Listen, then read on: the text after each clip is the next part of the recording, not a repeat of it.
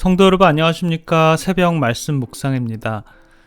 세계에서 제일 큰 교회는 어떤 교회일까요? 바티칸에 있는 성 베드로 성당이라고 하고요.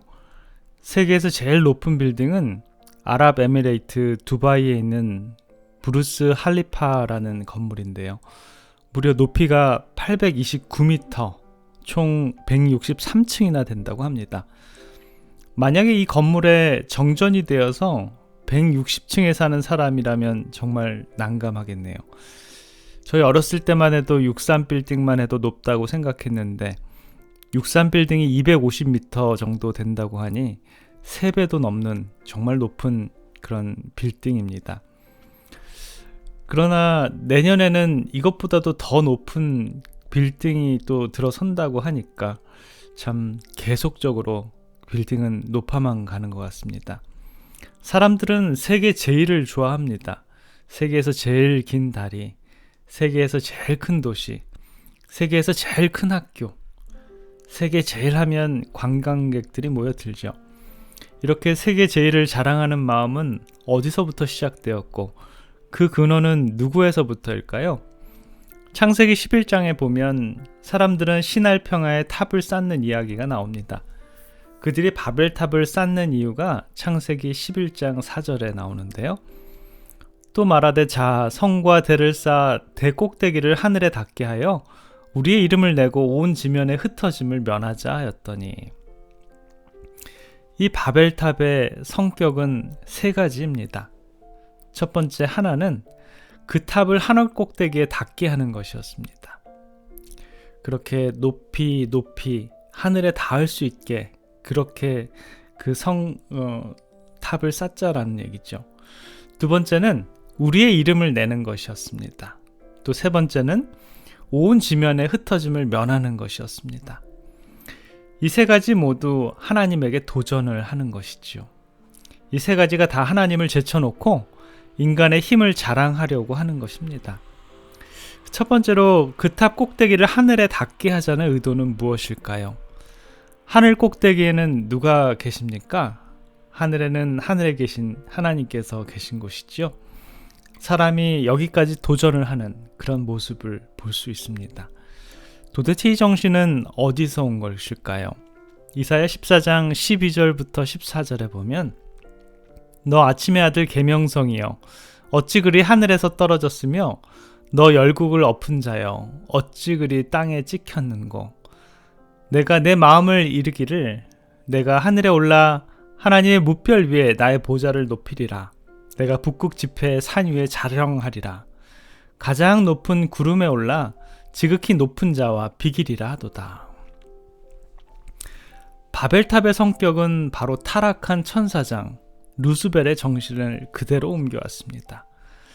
바벨탑을 쌓아서 한번 하나님과 맞먹어 보자는 것입니다. 이 정신은 처음에 하와를 유혹하는 뱀의 언급에서 그 모습을 드러내기 시작했는데요. 창세기 3장 5절에 너희가 그것을 먹는 날에는 너희 눈이 밝아 하나님과 같이 되어 선악을 알 줄을 하나님이 아심이니라. 그렇지요? 하나님과 상대해 보겠다라는 그러한 마음 자체가 바로 바벨탑의 잘못된 마음인 것입니다. 두 번째로 우리의 이름을 내자는 것은 인간의 힘을 자랑하고 인간 스스로 무엇인가를 해보겠다라는 그런 인본주의적인 모습입니다. 유명한 세계 유적지에 가보면 어느 한편에 낙서들이 즐비한 것을 보게 되는데요. 거기에 보면 한국 글자로 대한민국 개똥이 다녀가다 라고 이렇게 쓰여 있는 것이 보입니다. 누구누구 다녀가다 이렇게 얘기하죠. 그런 문구를 보게 되면 그 사람의 이름이 정말 개똥같이 여겨집니다. 온 세상에 개똥 같은 짓을 하며 자신의 이름에 먹칠을 하는 것 같습니다. 교회에서도 사회에서도 어떤 분들은 이름을 나는 일, 상 받는 일은 열심히 하지만 이름이 나지 않는 일, 아무 상도 받지는 못하는 일은 어떤 것도 하지 않은 그러한 사람을 보게 되죠. 고린도전서 10장 31절에 보면 그런즉 너희가 먹든지 마시든지 무엇을 하든지 다 하나님의 영광을 위하여 하라. 맞습니다.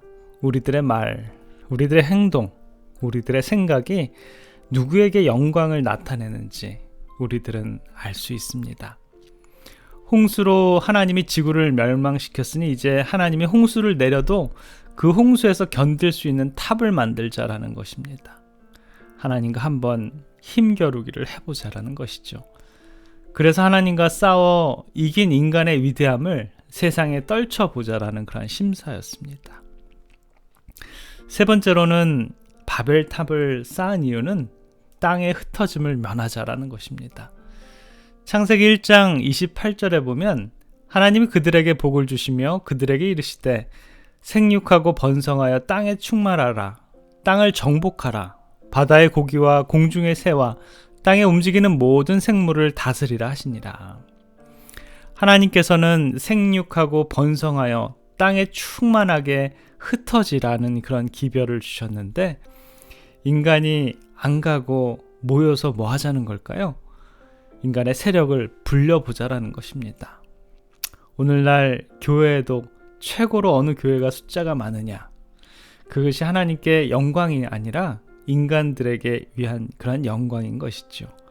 그래서 영혼들은 돌보지 않고 교회 건물들을 크게 아름답게 하자는 것입니다. 아주 큰 교회가 지어지고 헌당을 하고 있었습니다. 가난한 거지 소녀가 뭘 먹을 것이 얻을 것이 있을까 교회 손님 틈을 끼어서 들어가고 있었습니다. 문지기가 너같이 더럽고 누추한 아이는 들어갈 수 없다라고 합니다. 이 아이는 속상해서 울며 예수님께 기도했습니다. 예수님, 저 교회가 저를 못 들어가게 해요. 예수님도 오시며 말씀하셨습니다. 얘야, 너무 속상해하지 마라. 나도 저 교회에 못 들어가게 해서 여기 밖에 서서 울고 있단다.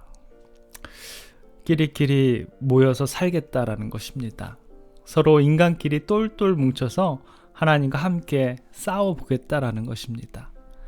그래서 도시는 사단의 작품인 것이지요. 인간이 도시를 형성한 결과 환락과 쾌락과 방탕과 부패의 원상이 된 것입니다. 드디어 하나님께서 이 언어를 혼잡케 하심으로 바벨탑은 더 이상 쌓기가 어려웠습니다. 벽돌을 가지고 와 하면 물을 가져오고, 물을 가지고 와 하면 나무를 가져오고 하는 것입니다. 인간은 하나님의 뜻대로 흩어지기 시작합니다. 이 바벨은 사단의 정신이 깃들어 있는 상징적인 공간이 된 것이죠. 우리들의 삶도 어떤 생각을 가지고 누구를 모시고 사느냐에 따라서 우리들의 품성도 달라질 것입니다. 온전히 주님만을 향한 우리들의 마음이 되기를 간절히 기원합니다. 사랑의 아버지 하나님, 우리들의 말과 행동이 또한 생각이 하나님을 대적하지는 않았는지요. 우리들의 체면과 이름을 높이기 위해서 노력하는 삶은 아닌지요. 인간적인 생각으로 우리들의 유익을 위해서만 노력하는 내 자신은 아닌지 다시 한번 생각해 봅니다. 주님, 저희들의 마음이 바벨탑을 쌓았던 인간의 교만한 마음이 되지 않도록 주님 인도해 주셔서 주님 주신 아름다운 마음들이 저 하늘 본향에 꼭 들어맞는 우리들의 성품이 되도록 오늘 하루 주님 저희들과 동행해 주시옵소서. 사랑의 우리 구주 예수 그리스도의 이름으로 간절히 기도드립니다. 아멘.